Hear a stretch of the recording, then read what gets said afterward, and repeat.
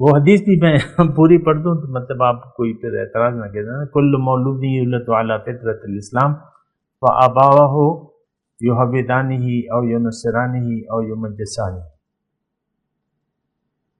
ہر بچہ اسلام کی فطرت پر پیدا ہوتا ہے. فطرت نیک ہے ہماری، لیکن جس گھر میں وہ پیدا ہوتا ہے اگر وہ عیسائی ہوتے ہیں تو عیسائی بن جاتا ہے، یہودی ہوتے ہیں یہودی بن جاتا ہے، اور اسی طرح. تو یہ ہمیں ماحول ایسا ملتا ہے. اعوذ باللہ من الشیطان الرجیم، بسم اللہ الرحمن الرحیم. اللہم صلی علی سیدنا محمد معدن الجود والکرم آلہ وسلم.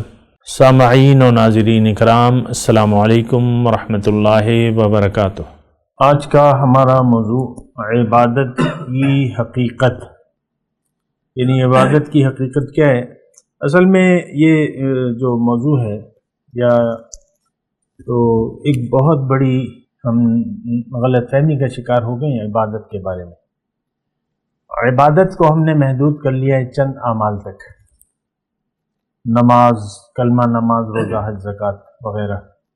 یا ایک آدمی عام طور پہ آپ دیکھیں کہ اذان سے پہلے مسجد میں چلا جاتا ہے اور پھر وہ نوافل شروع کر دیتا ہے اور قرآن شریف کی تلاوت شروع کر دیتا ہے، نماز کے وقت نماز پڑھتا ہے، پھر نماز کے بعد کچھ نوافل اور پڑھ لیتا ہے، یعنی اچھا پھر تھوڑی سی تلاوت اور کر لیتا ہے، اور نماز ہو جانے کے 15-20 منٹ بعد، یعنی ختم ہونے کے جب تو 15-20 منٹ بعد آتا ہے مسجد سے، اور رومال چہرے پہ ڈالا ہوا ہے، نظر جھکا کے جا رہا ہے، اور جناب بس کسی سے کوئی بولتا نہیں ہے، خاموش ہے.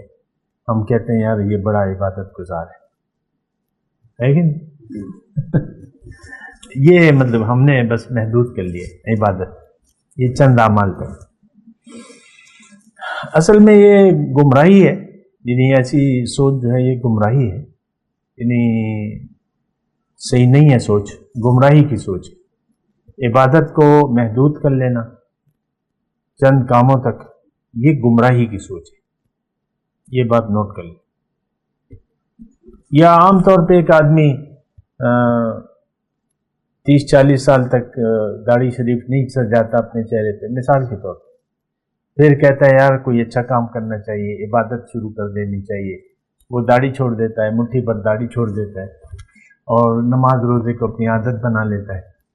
تو ہم کہتے ہیں یار اس میں تو بڑی تبدیلی آ گئی. یعنی ہم نے یہ عبادت جو ہے یہ محدود کر لی ہے چند کاموں تک. داڑھی چھوڑ دو. یا ایک خاتون ہے وہ عام طور پہ مطلب پردے کا خیال نہیں رکھتی، پھر کوئی ایسا واقعہ آتا ہے، کوئی مر جاتا ہے گھر میں، باپ مر جاتا ہے، ماں مر جاتی ہے، وہ اس کو پھر ہوش آتا ہے کہ یار میں تو یعنی پردے کا خیال نہیں رکھتی ہوں، اور اب جو ہے اس کے بعد میں وہ عزم کر لیتی ہے. نماز کا بھی پہلے خیال نہیں رکھتی تھی، پھر پردہ شروع کر دیا، کپڑے ایسے بنا لیے. تو لوگ پھر یہی کہیں گے یار یہ تو بڑی چینج آ گئی ہے اس میں.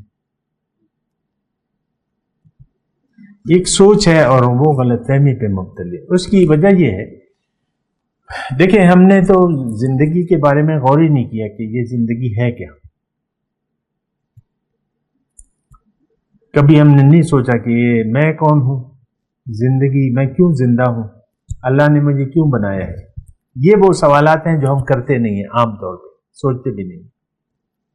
میری حقیقت کیا ہے، میں کون ہوں، کہاں سے آیا ہوں، اور میں نہیں تھا تو میں نہ ہونے سے ہو گیا اور کچھ عرصے بعد میں پھر نہیں ہوں گا. تو یہ ساری باتیں سوچنے کی ہیں. تو دراصل ہم اپنی زندگی کے بارے میں، اپنی حقیقت کے بارے میں، اپنے مقصد حیات کے بارے میں سوچتے نہیں ہیں.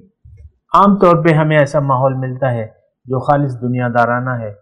لوگ، اگر آپ ایک غریب گھرانے میں پیدا ہو گئے تو بس آپ کی سوچ یہی ہوگی کہ بھئی یار ہمارے گھر بھی کرائے کا ہے، اور میں تو پڑھ لکھ کے بڑا آدمی بنوں گا.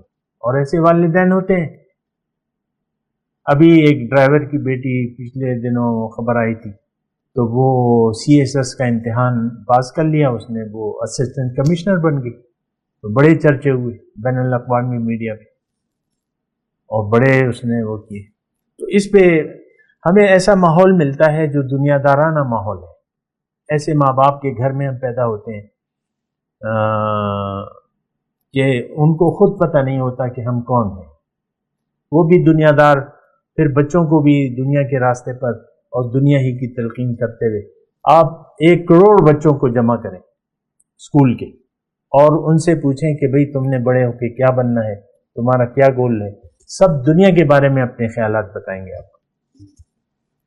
میں نے پائلٹ بننا ہے، کوئی کہتا ہے میں نے فوجی بننا ہے، بچوں کی بات ہوتی ہے۔ پھر جب بڑے ہوتے ہیں پھر میچور ہو جاتے ہیں، کہتے ہیں نہیں میں نے ڈاکٹر بننا ہے، لوگوں کی چمڑی ادھیڑنے کے لیے، اور یہ بڑے مزے میں ہے ڈاکٹر۔ تو یہ سب ہمیں ماحول ایسا ملتا ہے، یہ ٹھیک ہے کہ ماحول ایسا ملا۔ حضور صلی اللہ علیہ وسلم نے ایک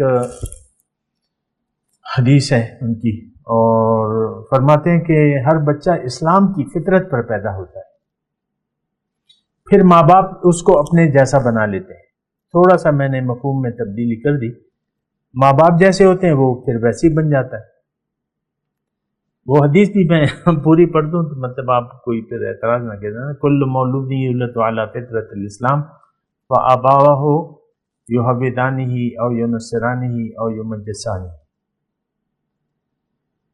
ہر بچہ اسلام کی فطرت پر پیدا ہوتا ہے، فطرت نیک ہے ہماری، لیکن جس گھر میں وہ پیدا ہوتا ہے اگر وہ عیسائی ہوتے ہیں تو عیسائی بن جاتا ہے، یہودی ہوتے ہیں یہودی بن جاتا ہے، اور اسی طرح۔ تو یہ ہمیں ماحول ایسا ملتا ہے، ہم دنیا دارانہ ماحول میں پیدا ہوئے ہیں، اور والدین کو تو خود پتہ نہیں ہے کہ ہم کون ہیں، تو وہ آپ کو کیا سمجھائیں گے؟ قرآن میں آیت ہے ایک، یہ جو گمراہ جن کی پیروی کی گئی، وہ اپنے جنہوں نے پیروی کی تھی ان سے یہ کہیں گے کہ اگر ہم ہدایت پر ہوتے تو ہم تمہیں بھی ہدایت دے دیتے، ہم تو خود ہی گمراہ تھے تو تمہیں کیا ہدایت دیتے۔ تو یہ ماحول ایسا ہے، سارا گمراہی کا ماحول ہے، اور اس ماحول کو میں آپ سے کہہ رہا ہوں کہ صدیاں گزر گئی ہیں، انسان بلکہ مسلمان اپنے آپ سے غافل ہے، اور اس کی نظر دنیا پر ہے۔ آپ دیکھ لیں، اپنی تاریخ اٹھا کے دیکھ لیں، 1000 سال تقریباً مغلوں کی یا ہمارے بادشاہ جو ہے وہ چھائی رہی حکومت، ساری دنیا دار۔ اکبر نے تو نیا دین شروع کر دیا، ہندو عورتیں تھیں اس کے حرم میں کہ بھئی شادی کرو، یہ چھوڑو، یہ ایسے ہمارے وہ تھے، اور ہر جو بادشاہ بنتا وہ اپنے بھائیوں کو قتل کرا دیتا بادشاہت کے کہ وہ اس سے جھگڑے نہیں، یہ بھی آپ کی تاریخ ہے۔ اور ترکان عثمانی جو تھے وہ بھی یہی تھے، جب ایک بیٹا تخت پر بیٹھتا بادشاہ کا وراثت میں تو اپنے بھائیوں کو قتل کرا دیتا چن چن کے۔ اورنگزیب نے اپنے بادشاہ شاہ جہان کو، میرے خیال سے شاہ جہان تک جو بھی تھا، اس کو قید کر دیا، قلعے میں ڈال کے بند کر دیا اور بند رکھا، اپنے بھائی کو مروایا، دارا کو، اورنگزیب عالم کی، جس کی آپ بڑی شہرت کرتے ہیں نا، بڑا اسلام کیا ہوتا ہے یہ، تو وہ 2 جرم تو اس نے کیے۔ باپ تو جنت ہوتی ہے آپ کی، آپ نے اس کو قید کر دیا، ہمیں جنت دوزخ سے کیا ہے۔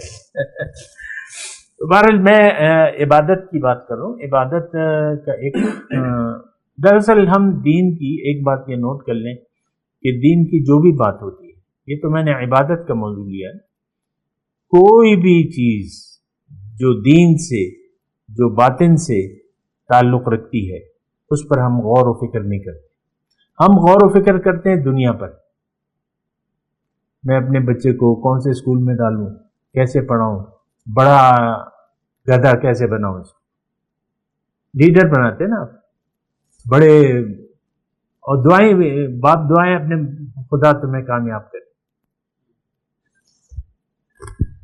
بیٹی کو جب رخصت کرتے ہیں تو خدا تمہیں سسرال میں اچھی زندگی دے، اس کے علاوہ تو کوئی دعا نہیں ہے۔ تو یہ ہماری سوچ ہے، ایک گمراہانہ سوچ ہے، اس بات پہ ہمیں غور کرنا چاہیے۔ اور میں نے جیسے کہ کہا کہ دین کی کسی بات پر بھی ہم غور کرنے کے لیے تیار نہیں ہیں، ورنہ آپ خود مطلب ہم جو میرے سامعین ہیں تو وہ مجھے بتا دیں کہ بھئی ایک دن ایسا تھا کہ میں نے اپنے بارے میں غور کیا کہ میں کون ہوں، ایک دن ایسا تھا کہ میں نے اسلام کے بارے میں غور کیا کہ اسلام کیا ہے، ایک دن ایسا تھا کہ میں نے قرآن کے بارے میں غور کیا کہ قرآن کی حقیقت کیا ہے، ایک دن ایسا تھا کہ میں نے اپنے پیغمبر کی دعوت پر غور کیا کہ ان کی اصل میں دعوت کیا ہے۔ آپ نہیں بتا سکتے، وہ دن آپ کی زندگی میں نہیں آیا کہ آپ نے ان تمام چیزوں کے بارے میں کچھ غور و فکر کیا ہو اور کچھ یا کسی سے پوچھا ہو۔ ہم تو پوچھتے بھی نہیں ہیں نا، ضرورت ہی نہیں محسوس کرتے، دین کی ہم لوگ ضرورت محسوس نہیں کرتے، بات کرتے ہیں ایک وقفے کے بعد۔ وآخر دعوانا الحمدللہ رب العالمین۔ مولایا صلی وسلم دائما ابدا علی حبیبک خیر الخلق کلہم۔